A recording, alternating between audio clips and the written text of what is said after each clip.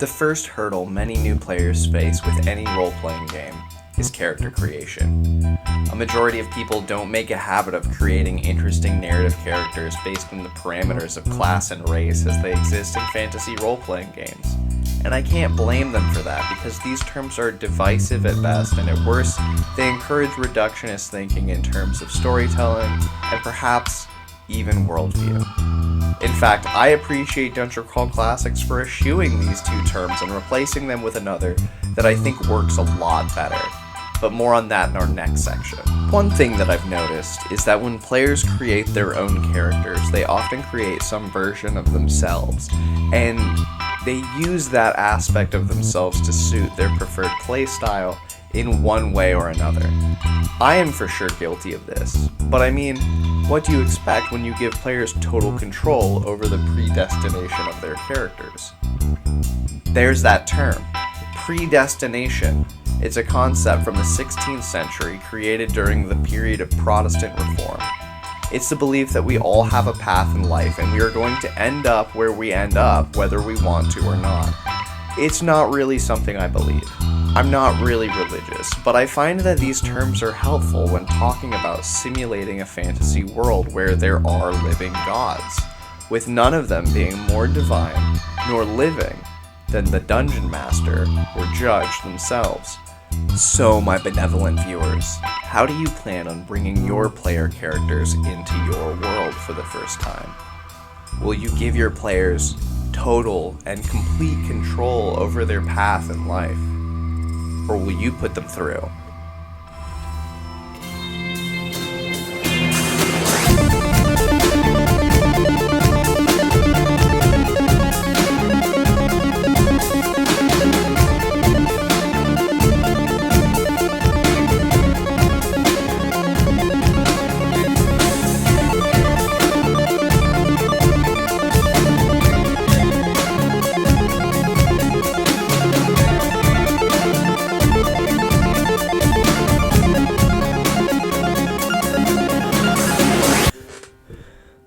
I believe I should preface a lot of what I'm going to say with a little bit of background on the history of role-playing as it exists outside of the world of tabletop gaming.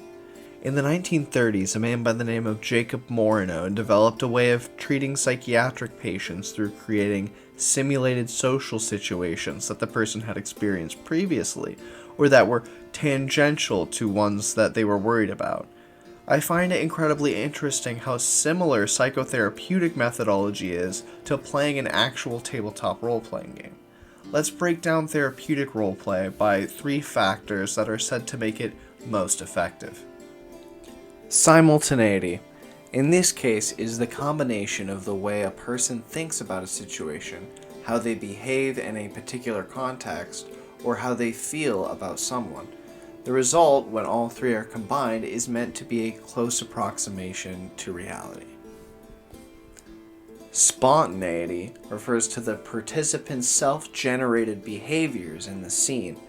Acting and reacting are meant to happen without delay and on the spot. Verdacticality refers to the psychological realism of the exercise. For this reason, it is recommended that the participants' roles accurately depict their personality, and that the props and settings be as close to the real thing as possible. Therapeutic roleplay continues to be used today in order to help patients learn new ways to approach their phobic triggers or uncomfortable social situations. I myself recently used the game Alien Isolation to practice some of the anxiety management techniques that I picked up in therapy during the pandemic.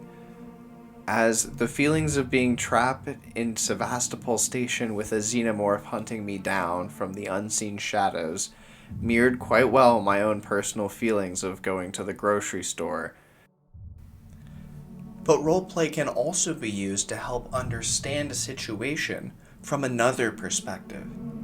We've already established that some therapists believe that roles in an exercise like this should depict the personality of the participants. And I think most game masters end up realizing that players will gravitate towards creating or playing a version of themselves in one way or another. But when we allow that to become a power fantasy, are we helping our players develop a better understanding of themselves and their own reality, or do we hinder them by indulging in superhuman power fantasies that allow for little development of understanding or for personal growth? To try to answer this question, let's take a look at the concept of power gaming, as I believe it's the most extreme example of this mindset. Power gaming, or min-maxing, is often associated in role-playing games with trying to create a character that is very powerful in a specific area within that game's rule set. The player in question creates a character build by choosing the best possible character options, usually across multiple classes, to obtain some kind of power distribution unobtainable without complex pre-building and planning out of each level prior to actual table play. This is sometimes referred to as being meta. And while min-maxing is part of the meta question, for now we are only discussing it as it relates to power gaming. I see power gaming as a player role-playing the part of themselves that wishes to acquire, accumulate, and administer power to its maximum potential. Imagine in your mind this ragtag group of level 10 adventurers. The dwarven artificer with their trinkets and plans for a large siege engine. The halfling burglar who just wants to get rid of the curse the gem they stole bestowed upon them. The elven ranger whose swift feet and mastery of the forest make him an ideal scout, but whose allegiances lie elsewhere and may be called away when needed most. And then actual motherfucking Sauron. And he's just sitting there, hanging out with the adventurers, doesn't have much to say until an enemy, ally, or neutral party approaches, and then it's all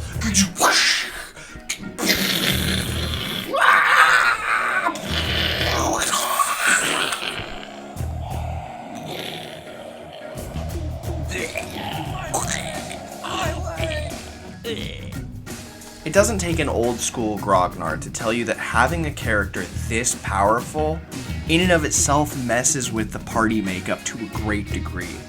Why couldn't this guy just be a barbarian? Why did he have to cross-class 4 times before 10th level? Because he's a power gamer. And power gamers, above all else, desire power without question. But why?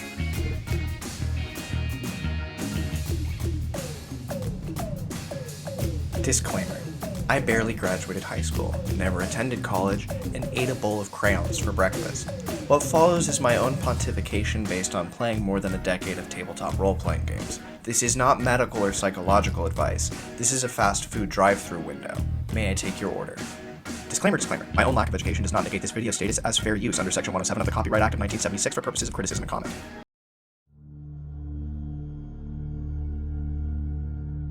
My working hypothesis is that power gamers desire and obtain power without acknowledging that they have it, because that is what they feel they experience in their own lives. Power dynamics are a facet of nearly everything in our world, from history to business meetings, game theory, sociology, psychology, military science, social science, communications, negotiations, daily economic transactions, family dynamics, relationship dynamics, friendships, and even the public transit system has power dynamics involved in how it operates and how individual citizens interact with it. This video isn't meant to be a dissertation on whether these power dynamics and systems are equitable or not. They aren't, but rather to be used as an example of why someone sensitive to them may view them as an inescapable part of life and struggle to contend or cope with them through means other than creating and living out power fantasies in tabletop role-playing games and in video games. That is not to say that escapism as a coping mechanism is harmful in and of itself, but I think that it's important to come to a better understanding of the conditions that lead to them in order for us to become not only better game masters, but more empathetic individuals as well.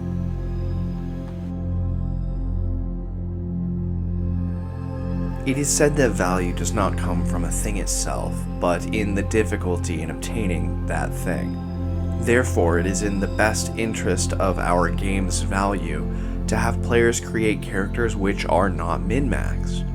So how can we, as the facilitators of social role-playing experiences, address this desire within our players to create broken, overpowered, murder hobo scions of eternal ugliness that destroy the verisimilitude of our shared imagined worlds and tear parties, friendships, and families apart? Well, that's easy. Don't let them create their character. You have them generate them instead. Making a character exists like many things on a spectrum. Character creation is the predestination approach, wherein the players plan out their character's existence or create an arc that they are attempting to achieve, and that the dungeon master is expected by the social contract to do their best to facilitate. Character generation is much closer to real life, wherein each player receives ability stats, skills, family status, occupational history, and so forth more or less at random, and they must play that character to the best of their ability, putting their own personal touches on them as necessary, but for the most part they're only reinterpreting the character's mechanical benefits and detriments into something that they can use to better craft a story with the group. Please correct me if I'm wrong in the comments section, but I believe the first game to do this in a memorable fashion was the 1977 sci-fi role-playing game Traveler. The player was allowed to choose a career path, but their success in that path was determined by roles modified by ability scores, and it was actually possible to die during the character generation process. This played out much like a mini-game version of actual play, relying on some of the core mechanics but being based on a completely different timescale, so it functions essentially like a tutorial and world-building / lore dump session, while also creating the characters, all without being boring. Later on, Cyberpunk 2020, inspired to an extent by Traveler, would popularize the life path system as a means of adding a randomized element to the character generation system found in that game.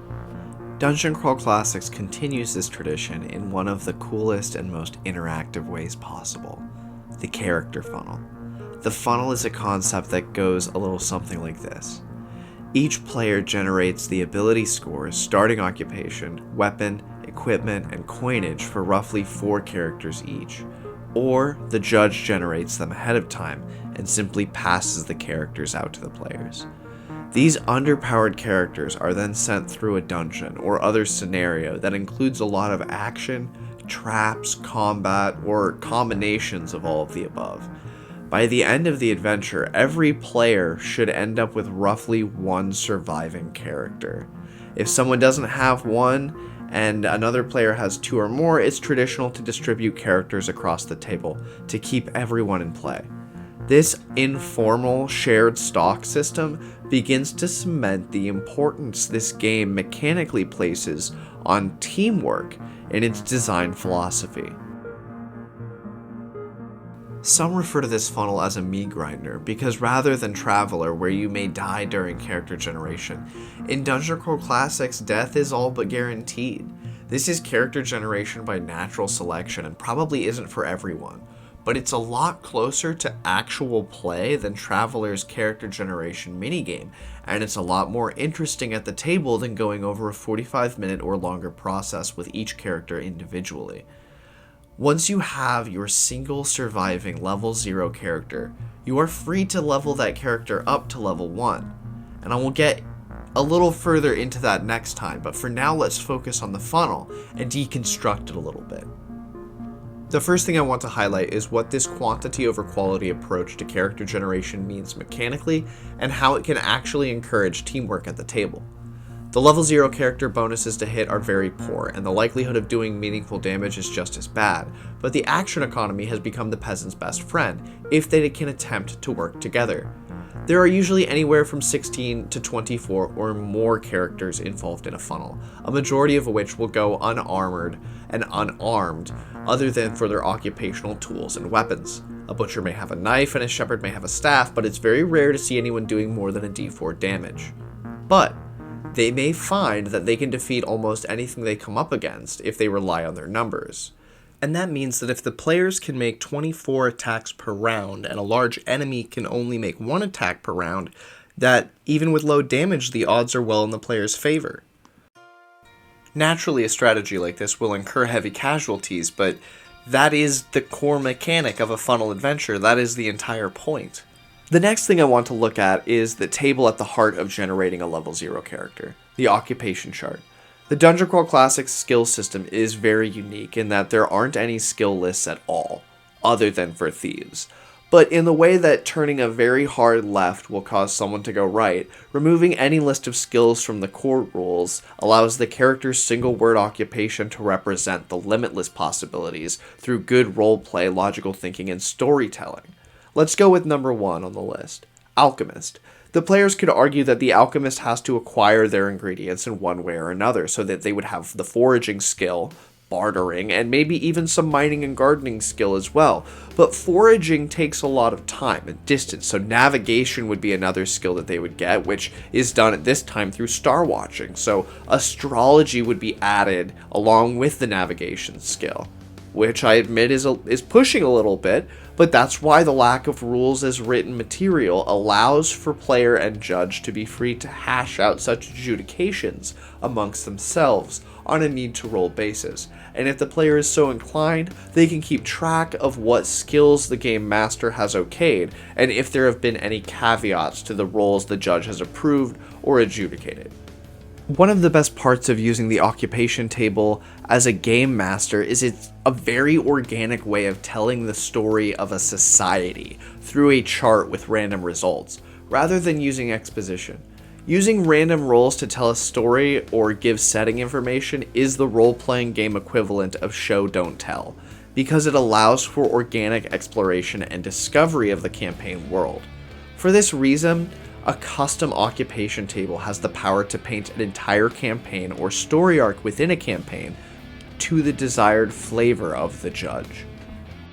Finally, the character funnel highlights one of the key features of this role-playing game, which is its death mechanics and the ease at which a player might succumb to them. It also underlines the ease at which a player might re-roll a character to take the place of a dead PC that they made a dire mistake with. Perhaps these newly leveled player characters would like to hire some level 0 characters to hang around and help out. This is another core feature of Dungeon Crawl Classics with its hireling system. Like haikus, while it can be viewed as limiting in some ways, the players have the complete freedom to do whatever they want with what they are given, and I've found that this breeds innovation, improvisation, and more importantly, teamwork among the players. These traits will continue to aid them as they progress through their adventures in this particularly deadly role-playing game. Furthermore, players tend to love their surviving characters just as much as they mourn their dead level 0s. As they grow and strengthen, they become more fascinating for them and even more memorable.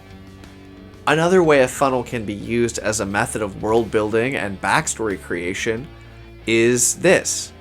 I have made the habit of creating flashback funnels to run as players come into a new kingdom to give both an interactive look at the backstory of the area, but also to generate NPCs for the players to assist or come up against on their adventures. This method of storytelling is more hands-on than an exposition dump, and gives me a way to create a desire for players to spend time with the NPCs before their characters ever get a chance to even meet them. Here's an example.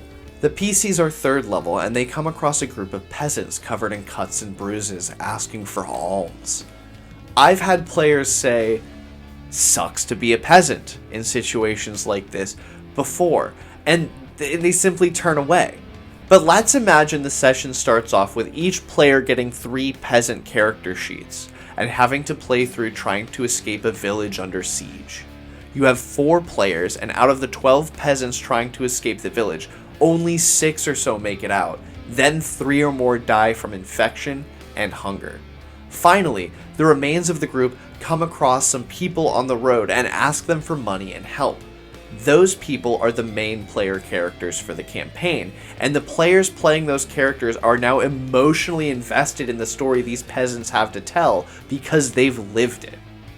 They are the peasants, they are the monsters and the grass of the earth they walk on. They are everyone and everything because the world of the role-playing game exists through their perception of this shared reality.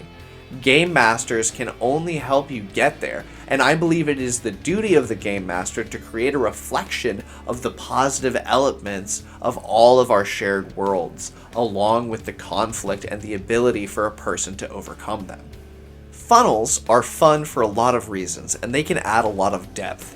It's as simple as running an adventure, taking the surviving characters and weaving them into your story, whether as PCs, NPCs, or names on tombstones outside of town. Dungeon Crawl Classic's unique philosophy on character generation is something to use at almost any table. Call of Cthulhu has begun adding and encouraging flashback adventures within their campaigns, and I imagine that others will begin to follow suit. As stories on television and movies grow in complexity, so too should our role-playing campaigns. The character funnel helps shape a healthier table through quelling power gaming, recontextualizing the relationships the players have with the game world by encouraging the players to be commoners, as well as de-emphasizing the complexity of getting players into the action quickly, encouraging teamwork, and even if you don't choose to start a campaign with it, the funnel can allow you to tell interesting and complex side stories in a novel way that adds richness to the game's world, as well as unique and beloved NPCs. But what do you do once you've gotten a single level 1 survivor and it's time to start the campaign?